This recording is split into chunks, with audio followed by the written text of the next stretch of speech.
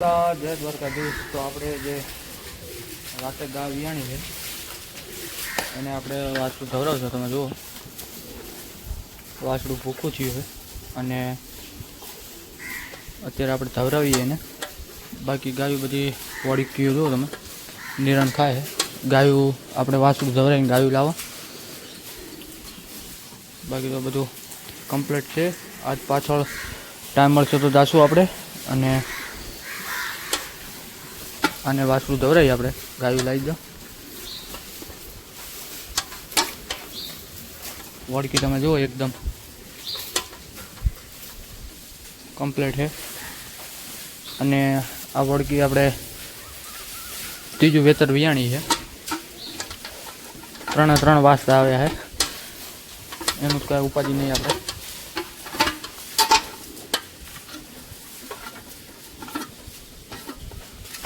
ને શીંગડું જુઓ તમે એકદમ કુંઢું. દૂધ પણ સારું છે એનું.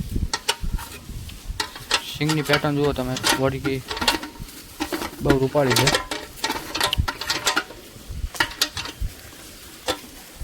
અત્યારે વાસળું આપણે તવરાવશું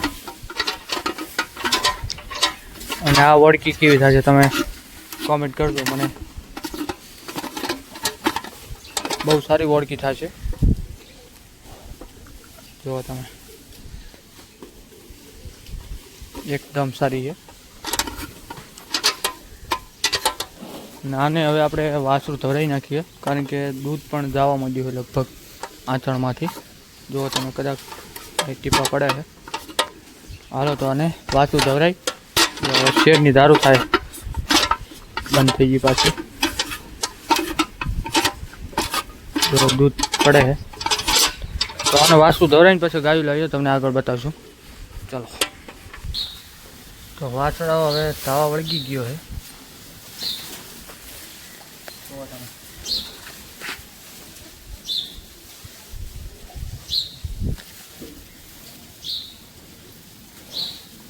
થોડું દોઈ નાખ્યું એક આંચળામાંથી. બીજું આપણે દોવાનું બાકી છે કારણ કે વાસળો ધાઈ છે.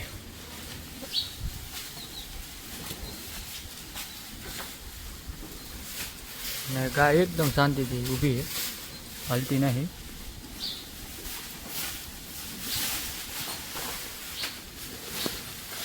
કાંઠે વાસળી ધાવે વાસળું ધાવે અને એ કાંઠે આપણે દોઈ નાખો. થોડા ઘણું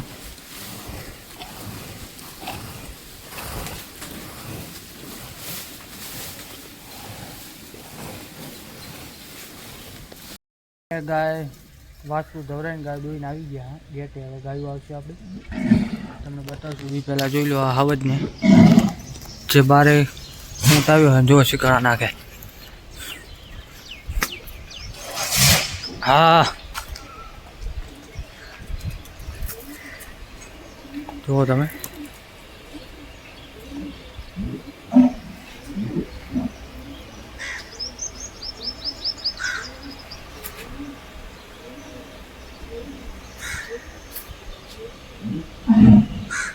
હવે ગાયું આવતી હશે અને આપણો બગલિયો બોલ કેવો હોય તમે કોમેન્ટ કરી નાખજો જરૂર.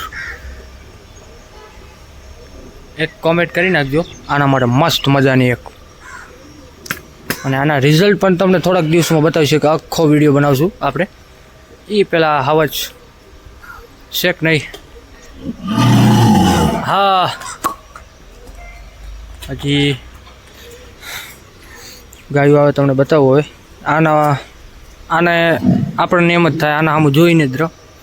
જુઓ તમે એક વાહ ભાઈ વાહ આખું જુઓ તમે દેખાતું. અને આના રિઝલ્ટ પણ આવી ગયા છે, જોરદાર આવ્યા છે. તમને બતાવશું પછી. આના માટે કોમેન્ટ કરી નાખજો કીધું. અને ગાયું આવે તમને બતાવીએ હવે. હાજી જો હા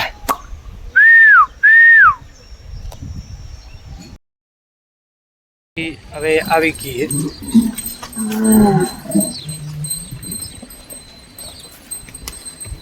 જુઓ તમે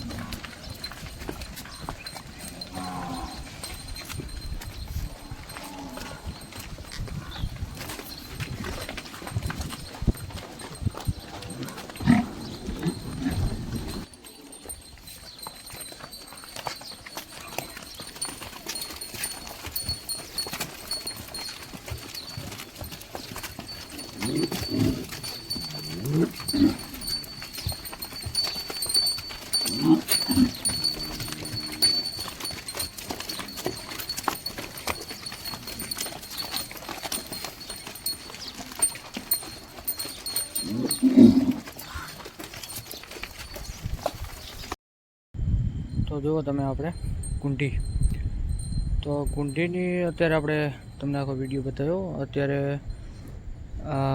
જે આપણે કુંડી હતી લગભગ 1 જ મહિનો પહેલાં આપણે અહીંયા આવી, અને કુંડીની વાત કરીએ તો કુંડી 1 મહિના પહેલાં આવી અને અત્યારે વિયાણી છે. અને આવી તેથી પણ લગભગ 3 લીટર દૂધ કાઢતી હતી, હા જવા 3 લીટર. અને કુંડી હારે એક ગાય આવી હતી, એ પણ તમને બતાવી દઉં, એ પણ વ્યાઈ ગઈ છે. તો આવી વળકી જે દોતા મતલબ આપણે છોડી હતી 1 મહિનો, નકર દૂધ તો આપણે આપતી જ હતી 3 લીટર. તો જો કુંડી અત્યારે લગભગ 3જું વેતર વ્યાઈ ગઈ, 3જું વેતર. અને એકદમ જે સિંગ પેટર્ન આપણને બહુ વધારે ગમતા હોય, જે આપણે માલધારીમાં એવા જ સિંગ પેટર્ન એવું જ માથું હોય, કાન પણ બહુ સારો. એટલે આવા સિંગ પેટર્નમાં ગાયું થઈ જાય, પણ જે દૂધ રૂપ બધું આવવું જોઈએ, તો એ આપણે કુંડીમાં છે બધું. બીજી વાત કરીએ ત્યારે જ્યાં આના ભેગી ગાય આવી હતી એ પણ હું તમને બતાવી દઉં. તો કુંડી ભેગી એક આ ગાય આવી હતી, અને આ પણ અહીંયા આવી દોતા દૂધ આપતી જ હતી મતલબ, અને આને પણ દૂધ હતું, પણ આપણે પછી દોવાનું બંધ કરી દીધું હતું, કારણ કે કાપ જાજો થઈ ગયો હતો, 1 મહિનાની વાર હતી. આપણે દોવાનું ચાલુ જ રાખીએ તો મતલબ કહેવાનો કે ગાય એવી મજા ન આવે એને પણ, અને આપણને પણ પાછળના વેતરમાં દોવાની 1 મહિનો કમસે કમ પડી રાખવી જ જોઈએ, તો ગાયનું શું બધું હચવાઈ રહે. બાકી પૂરી દોવા જાય તો શું ગાય પણ જે વેતરમાં દૂધ આપવાનું હોય એ આપણી ક્ષમતા જે વધારે હોય દૂધની પૂરી ન પાડી શકે. આ તમે જુઓ ગાય લગભગ 7 વેતર વી ગઈ, 7 વેતર, પણ એની તમે જુઓ હજી એવું જ લાગે કે હજી 4 વેતર વિયાણી, 3-4 વેતર. જુઓ તમે દૂધની પણ બહુ સારી છે. બંને ભેગી આવી હતી, 1 મહિનો નથી થયો અને પાછી વ્યાઈ ગઈ. તો આજનો બ્લોગ અહીં સમાપ્ત કરીએ. બધાને જય ગૌ માતા, જય દ્વારકાધીશ.